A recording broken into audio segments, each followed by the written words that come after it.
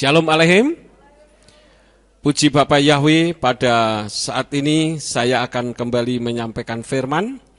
Firman yang saya akan bawakan saya beri judul realitas ketidakmungkinan. Apa sih sebetulnya yang dimaksud dengan realitas ketidakmungkinan? Yang saya akan bahas adalah ketidakmungkinan yang menjadi nyata. Artinya menjadi realitas, menjadi nyata di dalam kehidupan kita. Saudara-saudara, di dalam kita mengarungi kehidupan di atas muka bumi ini, seringkali kita menghadapi hal-hal yang secara akal manusia tidak mungkin, tetapi semuanya bisa mungkin. Untuk itulah maka saya akan ambil di dalam kitab Injil Lukas pasal 1 ayat 34 sampai 37 sebagai dasar pemberitaan firman saat ini. Lukas 1 ayat 34 sampai 37 yang demikian bunyinya.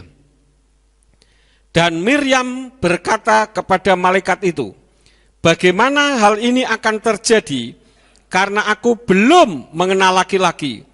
Dan sambil menjawab, malaikat itu berkata kepadanya, Ruach HaKodes akan turun ke atasmu, dan kuasa yang maha tinggi akan menaungi engkau, karena itu pula yang dilahirkan itu kudus. Dia akan disebut putra Elohim, dan lihatlah, Eliseva atau Elisabet sanakmu itu, ia pun sedang mengandung seorang laki-laki pada masa tuanya, dan inilah bulan ke-6 bagi dia yang disebut mandul, sebab di hadapan Elohim segala perkara tidak akan mustahil. Amin. Bapak Ibu Saudara sekalian yang dikasihi oleh Bapak Yahweh, ayat-ayat yang baru saja saya baca, di situ sebetulnya merupakan ayat-ayat yang penuh dengan ketidakmungkinan. Karena bagaimana berita yang datang dari malaikat Gabriel kepada Miriam, yang mengatakan bahwa Ruach HaKodes akan turun ke atasmu dan kuasa yang maha tinggi akan menaungi engkau, karena itu pula yang dilahirkan itu kudus. Dia adalah seorang perempuan yang belum pernah melakukan hubungan seks dengan laki-laki manapun. Artinya dia masih virgin, masih perawan. Tetapi berita itu mengatakan bahwa dia akan hamil. Jadi secara akal manusia, hal itu merupakan ketidakmungkinan di dalam otak manusia. Tetapi kalau kita membaca ayat-ayat selanjutnya, kita tahu bahwa pada akhirnya memang Miriam hamil dari Ruach HaKodes. Inilah hal yang kita dengarkan bersama-sama tentang ketidakmungkinan yang menjadi realitas, menjadi kenyataan. Ada 4 hal yang saya ingin sampaikan, bahwa hal-hal yang penuh dengan ketidakmungkinan bagi manusia, tetapi pada akhirnya menjadi realitas atau menjadi nyata. Yang pertama, Miriam harus berani ambil risiko, siap ditolak oleh orang Yahudi dan siap dirajam batu demi kebenaran firman Elohim. Karena menurut adat orang Ibrani, kalau ada seorang perempuan yang hamil di luar nikah, hukumnya adalah dirajam batu. Dan pada saat berita itu diturunkan oleh malaikat Gabriel, pada saat itu Miriam belum hamil.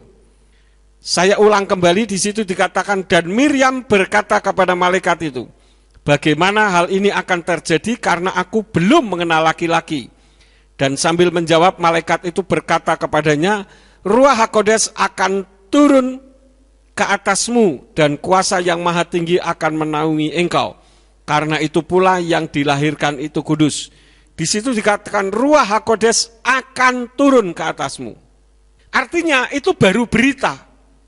Yang dipikir secara akal manusia tidak mungkin. Bagaimana bisa perempuan yang tidak melakukan hubungan seks bisa hamil?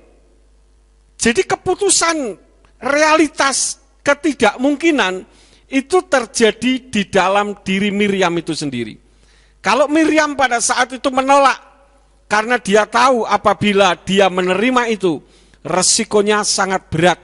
Dia harus berani untuk menanggung kalau dia dirajam batu. Tetapi saudara-saudara, kita melihat bagaimana jawaban Miriam atas ketidakmungkinan, kemustahilan itu ketika berita itu datang kepadanya. Ayat yang ke-38 dikatakan, dan Miriam berkata, lihatlah, aku ini hamba Yahwe, kiranya terjadi kepadaku menurut firman itu. Dan malaikat itu pergi daripadanya.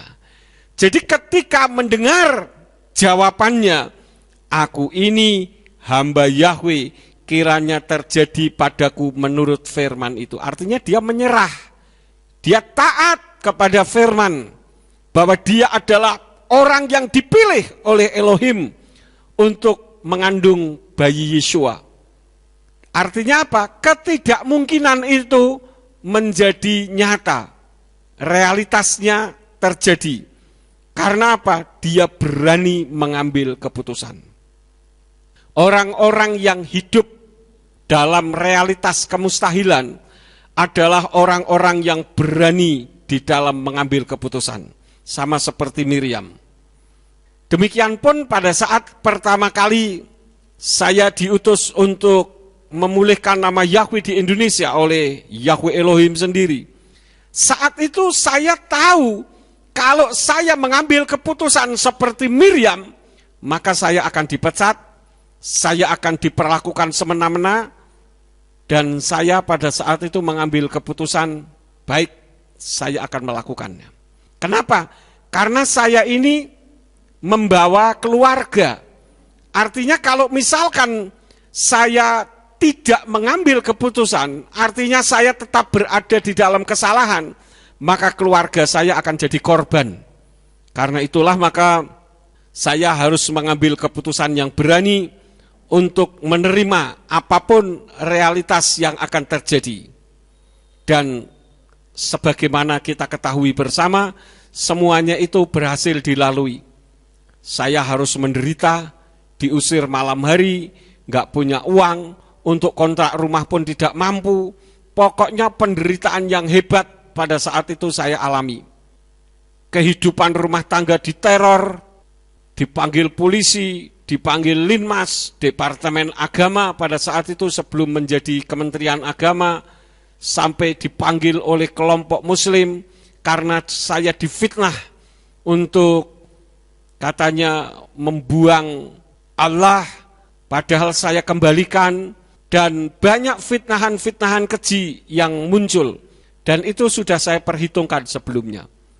Saya yakin bahwa pada saat itu Miriam pun mengalami ancaman yang luar biasa, tetapi keputusannya karena mentaati firman menyebabkan kemustahilan menjadi realitas. Nah, di dalam kehidupan kita pun seringkali kita diperhadapkan kepada sesuatu yang mustahil. Dan kita mampu kemustahilan itu kita terobos menjadi realitas. Kalau kita berani mengambil keputusan, tentu saja keputusan yang benar di hadapan Elohim. Kita lihat apa yang tertulis dalam kitab suci tentang hal ini di dalam kitab Matius pasal yang kelima. Kita lihat bersama-sama kitab Matius pasal yang kelima ayat yang ke-10. Di situ dikatakan, berbahagialah orang yang dianiaya karena kebenaran, karena kerajaan surga atau samayim adalah milik mereka. Ini keputusan yang diambil oleh Miriam. Memang pada saat dianiaya tidak ada orang bahagia, tetapi pada akhir kebahagiaan yang akan diperoleh. Artinya pada saat teraniaya orang tidak bahagia, tetapi ketika keputusan itu diambil dan pada akhirnya teraniaya karena kebenaran, maka kebahagiaanlah yang akan diperoleh dan samayim adalah upahnya. Dan kita bisa merasakan bersama-sama bagaimana kebenaran itu harus ditegakkan melalui keberanian. Lebih lanjut di dalam kitab Matius pasal yang ke-10 ayat yang ke-28 dikatakan, dan janganlah kamu takut terhadap mereka yang membunuh tubuh, tetapi tidak berkuasa untuk membunuh jiwa. Namun terlebih takutlah Dia yang berkuasa membinasakan baik jiwa maupun tubuh di dalam neraka. Jadi Yesua pun di dalam ajarannya mengajarkan kepada murid-muridnya, termasuk kita semuanya, agar kita menegakkan kebenaran. Lebih baik kita takut kepada Elohim daripada kita takut kepada manusia. Karena itu juga di dalam Kisah Rasul pasal yang kelima ayat yang ke-27 sampai 29, kita melihat bagaimana Kepa atau Petrus dan para rasul juga mengambil keputusan yang sama. Ayat tersebut mengatakan, dan setelah membawanya, mereka menyuruh berdiri di hadapan Sanhedrin, dan imam besar itu menanyai mereka dengan mengatakan, bukankah kami sudah memerintahkan kepada kamu dengan perintah agar tidak mengajarkan nama itu? Dan lihatlah, kamu telah memenuhi Yerusalem dengan ajaranmu dan bermaksud untuk menanggungkan darah orang itu atas kami. Dan sambil menanggapi, Kepa dan para rasul berkata, seharusnya lah taat kepada Elohim lebih daripada taat kepada manusia. Ini merupakan contoh-contoh bagi kita bahwa di dalam kehidupan manusia ketika kita melangkah, seringkali kita dibenturkan kepada sesuatu yang penuh dengan kemustahilan. Diperhadapkan dengan masa-masa di mana secara akal manusia hal itu menakutkan. Tetapi kita melihat bagaimana para rasul, mereka berani mengambil keputusan karena kebenaran.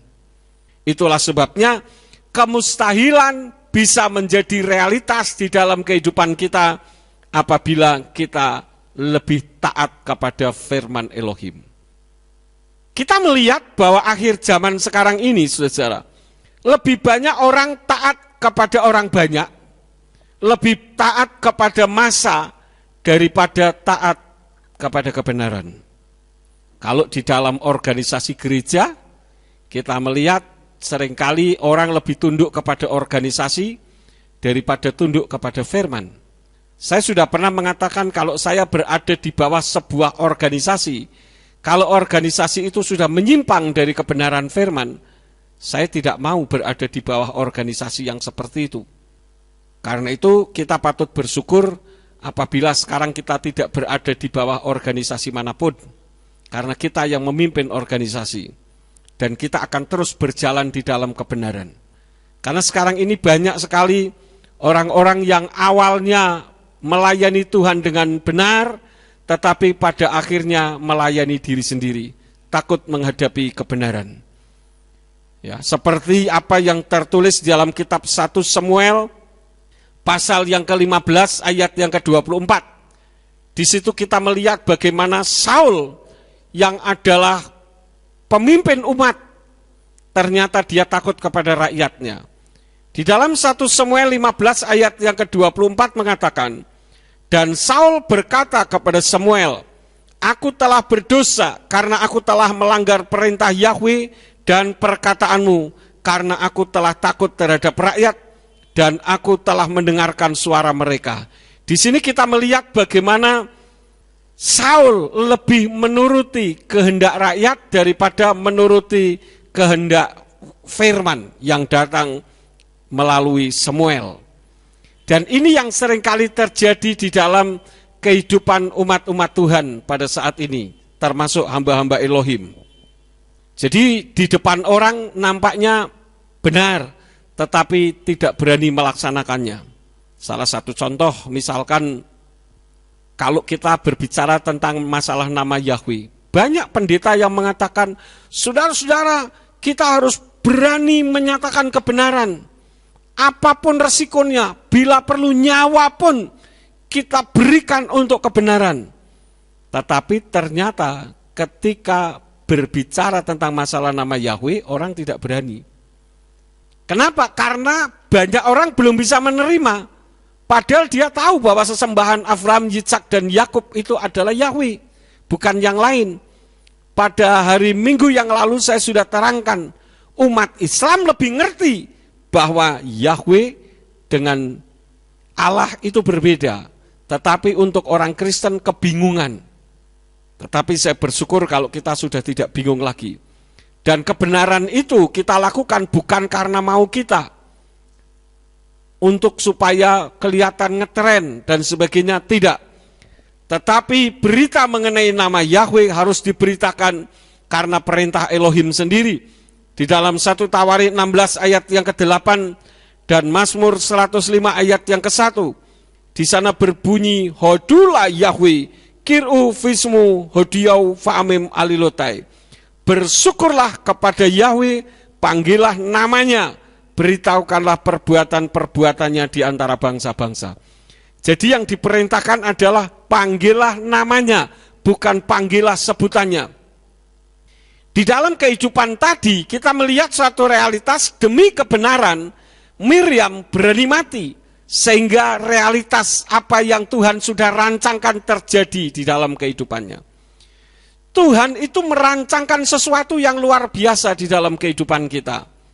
Cuman terkadang untuk realitas terjadi, rancangan Tuhan itu terjadi di dalam kehidupan kita, terkadang kita menghadapi hal-hal yang penuh dengan kemustahilan. Yang secara akal manusia tidak mungkin saya bisa melewati itu. Tetapi apabila kita tunduk kepada perintah Elohim, maka kemustahilan itu akan menjadi realitas di dalam kehidupan kita. Jadi ketika kita menghadapi masalah yang berat, jangan kita bingung atau belum apa-apa mundur meninggalkan Tuhan. Bagaimana mungkin rancangan-rancangan Tuhan bisa terjadi di dalam kehidupan kita apabila kita menyerah dengan keadaan yang ada. Ini hal yang pertama. Yang kedua, realitas kemustahilan yang terjadi adalah Yahweh turun ke dunia menjadi manusia. Untuk Yahweh menjadi manusia itu sangat mungkin dan tidak ada hal yang mustahil. Tetapi kalau manusia jadi Elohim, baru hal itu tidak mungkin. Itulah sebabnya saya katakan bahwa Yeshua itu bukan 100% manusia. Karena tidak ada unsur spermatozoid dengan ovum yang ada di dalam tubuh, jiwa, dan rohnya Yeshua. Karena Yeshua itu lahir dari Ruach HaKodes, bukan dari percampuran antara spermatozoid dengan ovum.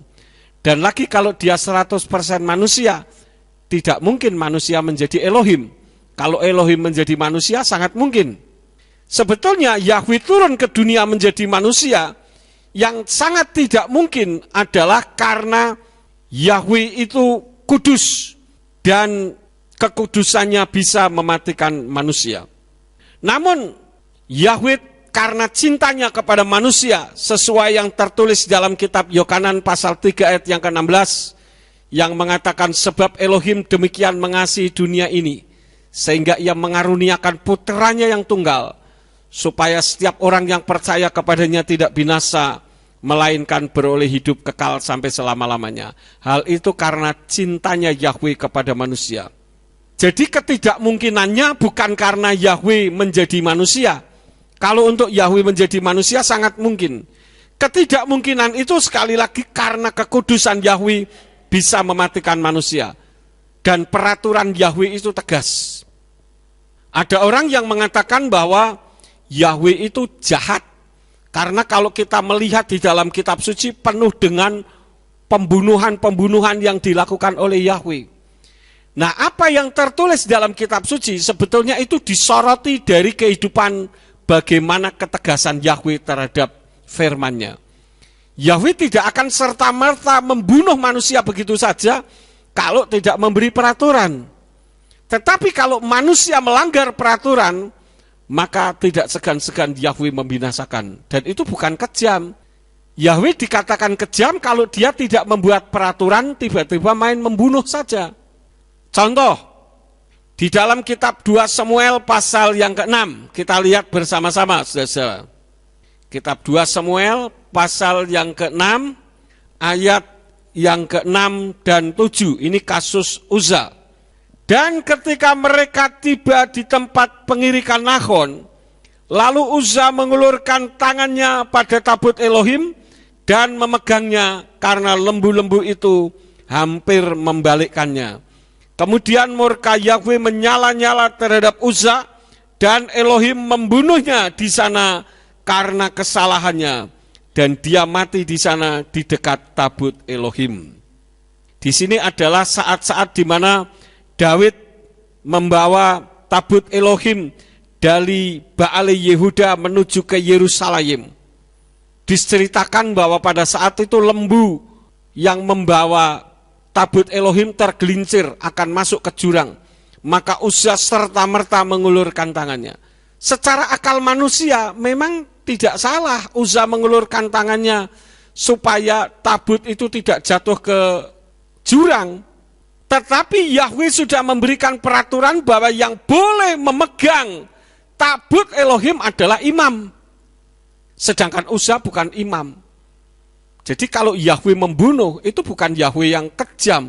Tidak. Karena kesalahan orang itu sendiri yang melanggar firman. Itulah yang menjadi sebab bagaimana ketidakmungkinan kalau Yahweh menjadi manusia. Kalau untuk Yahweh menjadi manusia memang sangat mungkin. Tetapi menjadi penuh dengan ketidakmungkinan karena Yahweh menyadari kekudusannya membuat manusia yang berdosa itu mati. Karena itu ketika bangsa Israel dalam perjalanan dari Mitsrayim menuju ke tanah perjanjian, ketika mereka mendirikan kemah tabernakel untuk masuk ke ruangan Maha Kudus, tempat di mana imam besar itu menjadi perantara antara manusia dengan Elohim, maka imam besar itu harus mengkuduskan dirinya. Apabila dia tidak kudus ketika Yahweh turun ke ruang Maha Kudus, maka imam itu mati. Karena itu salah satu di antara peralatan imam itu ada tali yang diikatkan di kakinya menuju keluar ruangan Maha Kudus. Dan ada kerincingan seperti giring-giring begitu. Ketika imam besar ada di ruangan Maha Kudus dan sedang berjumpa dengan Bapa Yahweh, lama tidak keluar-keluar, maka dari luar akan ditarik-tarik. Ketika ternyata tidak ada jawaban, berarti imam besarnya sudah mati. Maka ditarik dari luar. Sebab orang tidak mungkin masuk ke ruangan Maha Kudus. Karena orang akan mati juga di situ. Karena radiasi kekudusan Yahweh.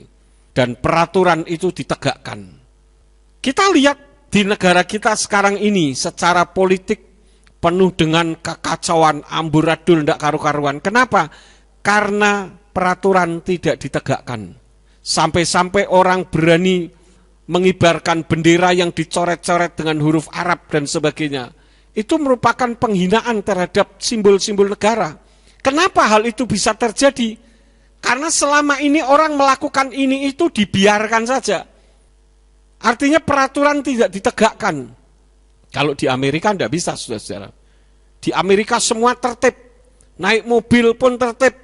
Kalau di sini manusia takut sama kendaraan, kalau di Amerika kendaraan yang takut sama manusia. Kalau mau nyebrang, begitu tahu ada orang, ya, kendaraan lewat, tahu ada orang mau nyebrang, kendaraan akan sudah mulai berhenti. Kalau di sini bisa disikat habis. Kenapa? Karena peraturan tidak ditegakkan dengan jelas. Kalau di Amerika ditegakkan dengan betul-betul. Coba kalau di Indonesia peraturan itu ditegakkan, orang tidak sembarangan seenaknya sendiri membuat masalah. Ya, ngomong asal bunyi, pating pecotot asal ngomong saja, asbun tidak tahu akibat resiko yang ditimbulkan. Bahkan sampai ada anggota DPR yang memberi kesempatan untuk mengadakan para demonstran masuk ke gedung DPR. Itu aturan dari mana? Itu kan membuat aturan sendiri. Mungkin kalau di Amerika orang berani membuat peraturan sendiri begitu, sudah ditangkap mereka. Di sini dibiarkan saja. Nah, Tuhan itu adalah pribadi yang tegas. Karena itu ketika Uzza mati, itu bukan karena kesalahan Tuhan, karena dia yang melanggar aturan. Mungkin kita berpikirlah kalau tidak ditangkapkan tabut Elohim bisa terjatuh ke jurang. No problem, mau jatuh biarin aja. Karena itu bukan tugasnya Uzza untuk ngurusin tabut Elohim. Dia hanya mengiring di sampingnya doang. Ya, jadi melanggar aturan. Kita melihat di dalam kitab suci, saudara-saudara, bagaimana ketidakmungkinan itu bisa menjadi mungkin. Kita membaca di dalam Lukas pasal 2 ayat yang ke-11. terjemahan dari Yayasan Lembaga Alkitab Indonesia dikatakan, hari ini telah lahir bagimu juru selamat, yaitu Kristus Tuhan di kota Daud. Ini kan sesuatu yang tidak mungkin secara akal manusia. Dan di dalam kitab Pesita dikatakan, atilat lekon geir yomana peruka daituhi Maria Mesia bemadinta de Daud. Karena hari ini telah lahir bagimu juru selamat, yaitu Tuhan Yahweh Sang Mesias di kota Daud. Ini adalah ketidakmungkinan yang menjadi realitas. Ketidakmungkinan yang jadi nyata. Bagaimana Yahweh turun ke bumi ini, dilahirkan dalam wujud manusia. Itu tidak mungkin di dalam otak manusia. Tetapi realitas terjadi. Bahkan 1 Korintus 12 ayat yang ketiga dikatakan di dalam kitab Yayasan Lembaga Alkitab Indonesia ditulis demikian. Karena itu aku mau meyakinkan kamu bahwa tidak ada seorang pun yang berkata-kata oleh Roh Tuhan dapat berkata terkutuklah Yesus, dan tidak ada seorang pun yang dapat mengaku Yesus adalah Tuhan selain oleh Roh Kudus. Ini terjemahan dari Yayasan Lembaga Alkitab Indonesia. Namun 1 Korintus 12 ayat yang ketiga dari kitab Hebraic Roots Version dalam bahasa Inggris, di sana dikatakan, because of this, I make known to you that there is no one who speaks by the Spirit of Eloah and says that Yeshua is accursed, and neither is a man able to say that Yahweh is Yeshua except by the Ruach HaKodesh. Jadi ayat ini jelas mengatakan bahwa orang yang mengaku bahwa Yeshua itu Yahweh karena Ruach HaKodesh yang ada dalam dirinya.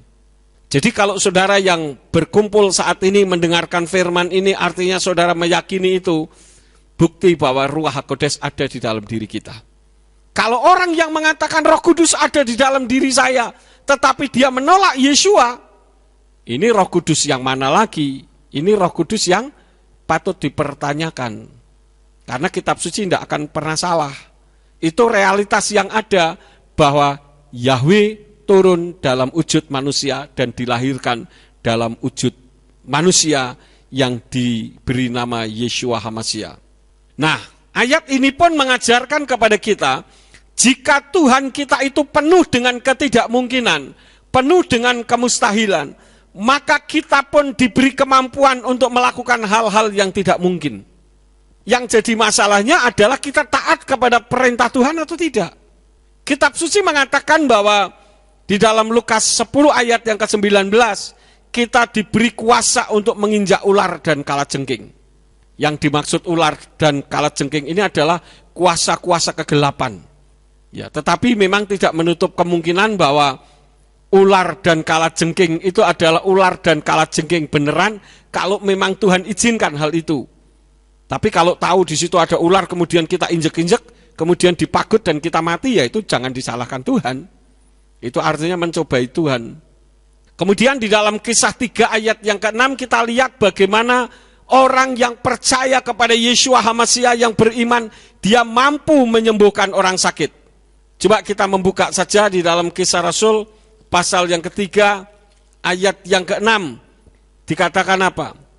Namun Kepa berkata, perak dan emas tidak ada padaku, tetapi apa yang aku miliki, inilah yang aku berikan kepadamu. Dalam nama Yeshua HaMashiach orang Nazaret itu, bangkitlah dan berjalanlah. Di sini kita melihat bagaimana Kepa menyembuhkan orang sakit. Artinya dia diberi otoritas, diberi kuasa. Dan bahkan kita diberi kuasa untuk menang atas pencobaan. Di dalam 1 Korintus pasal 10 ayat yang ke-13, di sana dikatakan demikian. Kita baca saja. 1 Korintus pasal yang ke-10 ayat yang ke-13. Pencobaan tidak pernah menimpa kamu jika tidak manusiawi. Tetapi Elohim itu setia. Dia tidak akan mengizinkan kamu dicobai di atas yang kamu mampu. Sebaliknya, dengan pencobaan itu, dia bahkan akan membuat jalan keluar agar kamu sanggup menanggungnya.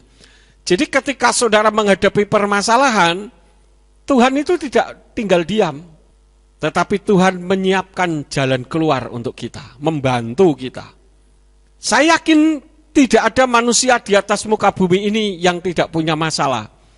Karena itu ketika saudara menghadapi masalah, jangan berdoa supaya lepas dari masalah, tetapi berdoalah supaya mampu mengatasi masalah. Karena hanya orang yang mati yang tidak punya masalah.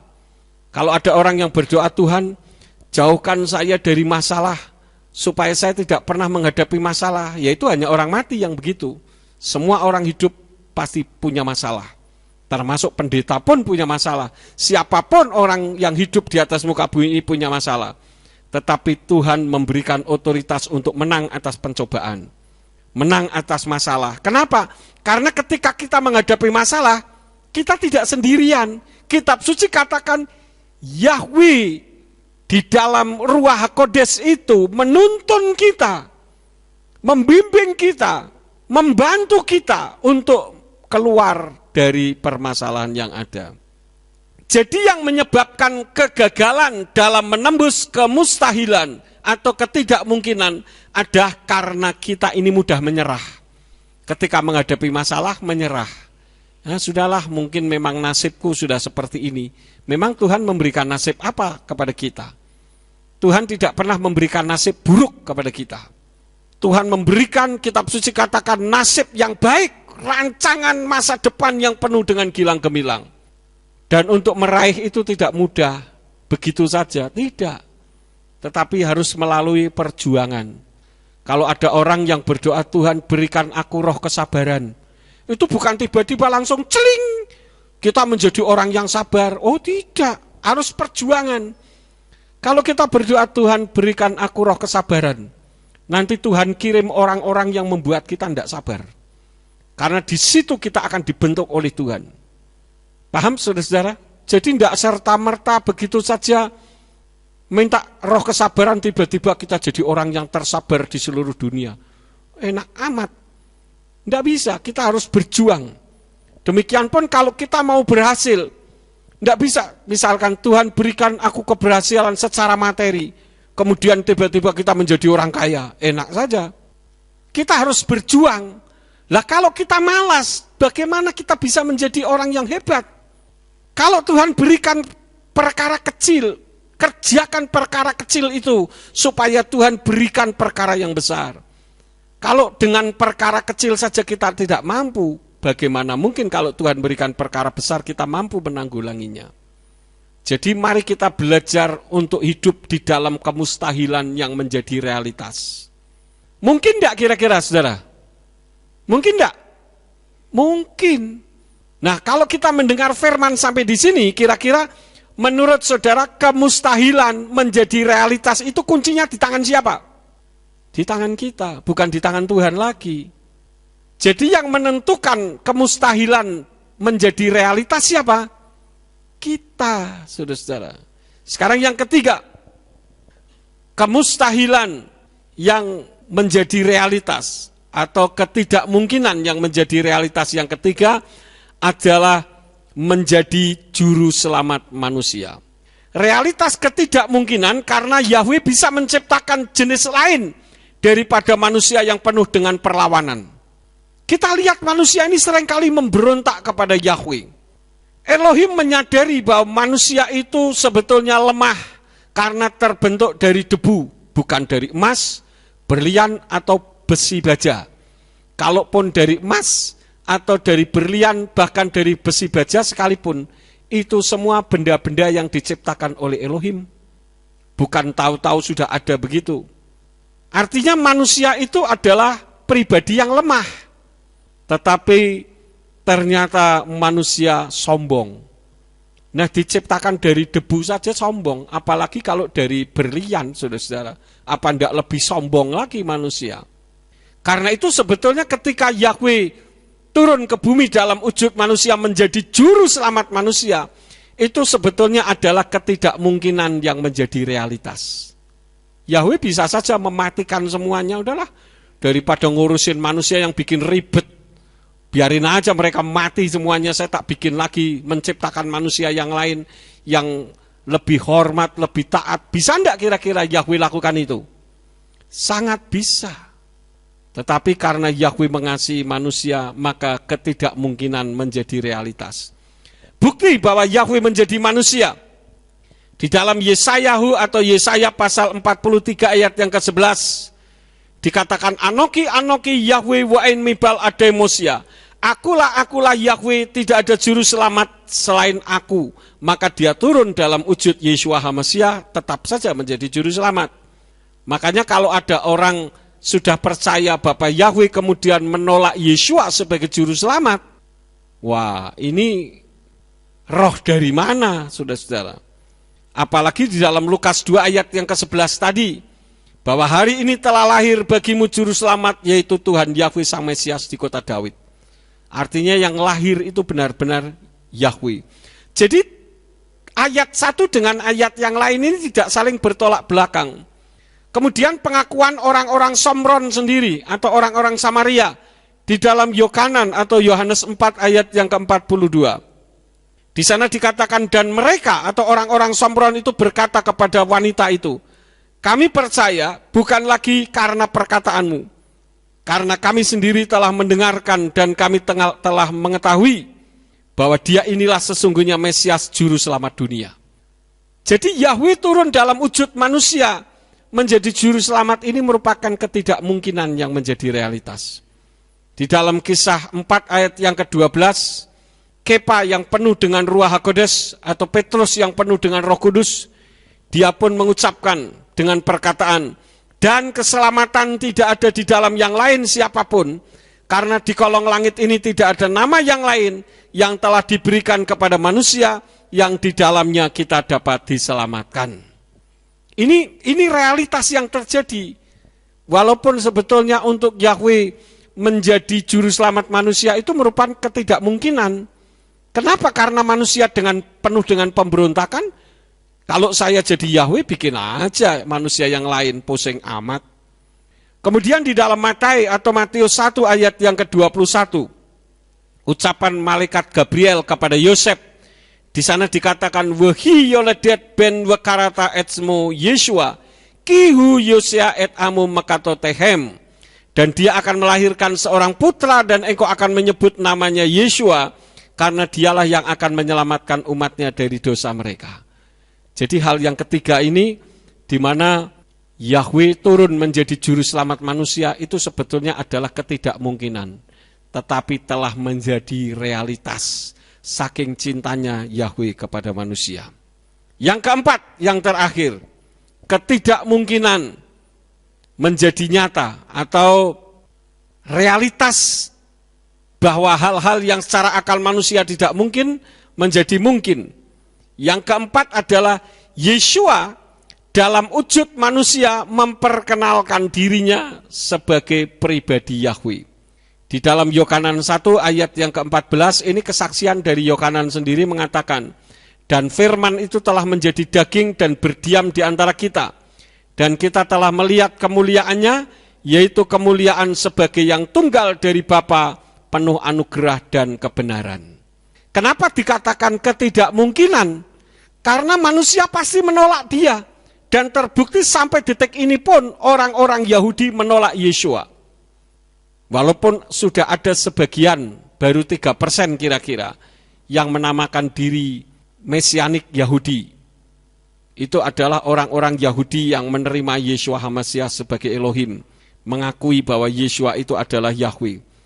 Dan memang hal itu juga tertulis dalam kitab Yohanan pasal yang ke-10 ayat yang ke-30 yang berbunyi Ani Waha'af Echad, aku dan Bapa itu satu. Yang disebut Bapa di situ adalah Yahweh. Kemudian di dalam Yohanan atau Yohanes pasal 8 ayat yang ke-24, di situ dikatakan laken amarti lakem ki tamutu fakato taikem, ki imlo ta'aminu fi ki anihu tamutu fakato taikem. Oleh karena itu aku berkata kepadamu bahwa kamu akan mati dalam dosa-dosamu, sebab jika kamu tidak percaya bahwa akulah dia, maka kamu akan mati dalam dosa-dosamu. Itulah sebabnya maka antara Yeshua dengan Yahweh itu tidak bisa dipisah-pisahkan. Karena itu satu pribadi dan satu hakikat. Lebih lanjut di dalam Yohanan pasal 15 ayat yang ke-23 dikatakan hasne oti husne gam et avi. Barang siapa membenci aku, ia membenci juga Bapakku. Saya sudah sering kali katakan bahwa ayat ini merupakan ayat sinergi. Artinya bisa menjadi bolak-balik. Barang siapa membenci aku, ia membenci juga Bapakku. Artinya barang siapa membenci bapakku, ia juga membenci aku. Jadi kalau ada orang mengatakan, saya tidak perlu Yahweh, yang penting Yesua, tidak bisa, saudara-saudara. Itu kan menurut orang, jangan maksa Tuhan. Seringkali manusia ini maksa dan ngatur Tuhan, padahal terbuat dari debu tanah. Tuhan kan tahu isi hati saya. Saya mau sebut apa saja, kayak Yahweh kan ngerti. Lah kalau sudah tahu seperti itu, kenapa tidak sebut Yahweh saja? Kalau dikatakan Tuhan tahu isi hati manusia, tentu Tuhan tahu isi hati manusia. Kalau tidak mengetahui isi hati manusia, itu bukan Tuhan. Tetapi jangan mengatur Tuhan. Tuhan sudah memberikan peraturan. Jangan sampai nanti peraturan itu ditegakkan ketika kita mati dan kita membuka mata, ternyata kita ditolak untuk masuk ke Samayim atau masuk ke sorga. Kenapa? Karena kita menurut aturan kita sendiri, tidak menurut aturan Tuhan. Mungkin dengan menurut peraturan sendiri saudara disanjung-sanjung oleh orang. Wah, ini pendeta besar, ini pendeta yang hebat. Ikuti saja yang seperti itu. Tidak usah ikuti itu ajarannya Yakub Sulistyo, ajaran apa itu? Tidak masalah bagi saya. Kita lihat saja nanti siapa yang benar di hadapan Elohim. Dan yang terakhir, di dalam kitab Yohanan atau Yohanes pasal 17 ayat yang ke-6, di sana dikatakan, aku telah menyatakan namamu kepada orang-orang yang telah engkau berikan kepadaku dari dunia ini.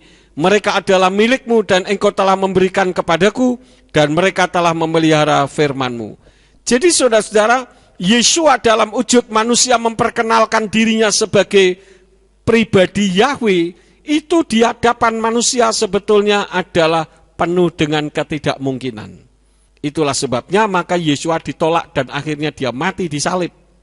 Tetapi sekarang menjadi realitas bahwa saudara dan saya mengakui bahwa Yesua itu adalah Yahweh dalam wujud manusia.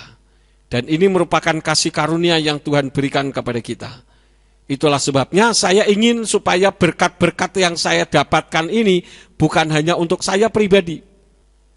Saya waktu melayani pekerjaan Tuhan itu 24 jam, saudara-saudara. Kalau saudara cari saya di rumah, mungkin saudara tahu saya ada di kamar. Tetapi bukan hanya untuk tidur melulu, tidak. Tapi saya bekerja. Apalagi sekarang ini saya sedang mempersiapkan untuk ada pertemuan sinode, pertemuan majelis pusat, gereja pemulihan firman dari seluruh Indonesia untuk berkumpul. Dalam waktu 1 bulan mendatang, saya harus menyiapkan kartu jabatan, karena kartu jabatan pada tanggal 31 Januari 2017 ini berakhir. Saya punya sekretaris umum, namun karena saya membuatnya itu menggunakan Photoshop, sedangkan sekretaris saya tidak biasa mengerjakan Photoshop, daripada saya lama mengerjakan, karena memberi pengertian dulu, ya sudah saya kerjakan sendiri. Dan saya kerjakan dengan sukacita, saudara-saudara. Belum membuat kokat yang ada di baju itu ya. Kemudian menyiapkan MMT-nya dan sebagainya. Jadi pekerjaan itu saya lakukan dengan sukacita. Bukan karena terpaksa. Kalau bicara lelah, memang lelah dan sangat lelah. Tetapi saya melakukan itu dengan sukacita. Karena saya tahu upahku besar di Samayim. Dan bukan hanya itu, kalaupun saya berlelah-lelah, Tuhan memberkati keluarga saya. Pada minggu yang lalu kan saya sudah ceritakan, walaupun saya begini-begini secara materi, tetapi Tuhan memberkati luar biasa untuk anak-anak yang Tuhan percayakan kepada saya. Karena apa? Saya melayani dengan sungguh-sungguh. Jangan kita melayani kalau kita bertugas saja, kalau kita tidak bertugas kita tidak melayani. Jangan, saudara-saudara. Itu merupakan tanggung jawab yang Tuhan berikan kepada kita. Buktikan kepada setan bahwa aku ini sudah menjadi musuhmu. Begitu. Ya. Jadi kalau saya sampai membuat radio, itu tujuannya apa? Supaya berkat itu jangan hanya saya yang menerima, tapi saudara-saudara seluruh jemaat juga bisa ikut menerima berkatnya. Yang bisa siaran, ayo siaran. Yang tidak bisa siaran karena saudara capek baru dari pekerjaan saudara dan saudara punya dana untuk itu, bisa saudara salurkan dananya untuk para penyiar. Karena penyiar kan manusia juga, saudara-saudara. Tentu makannya juga pakai nasi, bukan makan pakai batu. Saudara bisa tanya itu penyiar, kamu makannya batu atau nasi gitu. Pasti semua mengatakan saya makan nasi. Nah, nasi itu dibeli dengan uang, bukan dari daun. Nah, itu juga membutuhkan dana. Jadi radio kita itu membutuhkan dana. Mari kita pikirkan bersama-sama. Karena ketika radio kita itu siaran, itu didengar dari seluruh dunia. Saya memonitor sekarang ini yang mendengarkan bukan hanya kalangan intern kita. Sudah dari luar banyak yang mendengarkannya. Dan itu sampai ke seluruh penjuru dunia. Artinya ketika saudara siaran, suara saudara bisa sampai ke Perancis, sampai ke Belgia, sampai ke seluruh penjuru dunia. Itu kan sesuatu yang luar biasa, saudara-saudara. Ya, waktu di Amerika pun saya bisa mendengarkan dengan jelas, bahkan sampai ke detail audionya. Karena itulah maka mari kita bekerja bersama-sama dan bekerja sama untuk melakukan ketidakmungkinan menjadi realitas di dalam kehidupan kita. Amin. Jadi kita harus bekerja sama dan bekerja bersama-sama. Itulah moto gereja kita. Ya. Saya ingin, sungguh saudara-saudara, apa yang saya sampaikan ini karena saya ingin berkat itu bukan hanya saya yang menerima, tetapi saudara juga bisa menerima. Jadi jangan kita melakukan karena terpaksa, tetapi lakukanlah sesuai kebenaran firman. Seperti Miriam. Miriam siap mati, Miriam siap dirajam batu, karena dia katakan, aku ini hamba Yahweh. Jadilah menurut kehendakmu. Kalau kita lakukan itu, luar biasa, saudara-saudara. Saya tidak akan memperpanjang firman, biarlah firman ini akan memberkati di dalam kehidupan saudara, menambah semangat kita untuk lebih melayani pekerjaan Tuhan lagi. Karena apa yang kita lakukan, sekali lagi dengar baik-baik, apa yang kita lakukan tidak pernah sia-sia di hadapan Yahweh Elohim. Amin buat firman Elohim.